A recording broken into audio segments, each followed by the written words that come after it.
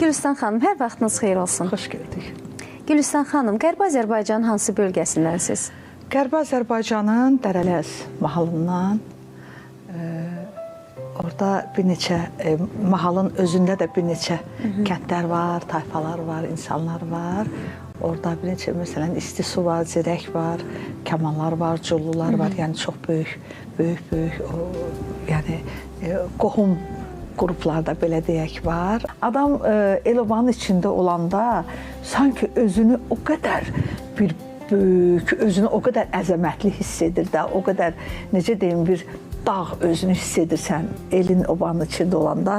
Yəni orada mən o hissləri keçirirdim hər zaman. Yəni ora gedəndə mənim atam, yəni ata nənəm Kəlbəcərlidir, atam yəni Bərdəlidilər, amma mən Yevlaxda doğulmuşam. Atam ana evlərindən sonra gəlmişik ora. Yəni həmişə, amma bilmirəm nədənsə belə bir deyim var, deyirlər ki, hansı ailədə hansı gen güclüdürsə, hansı yəni soy, yəni hansı tərəf güclüdürsə, uşaqlar da o tərəfə çox çəkir. Belə bir deyim var.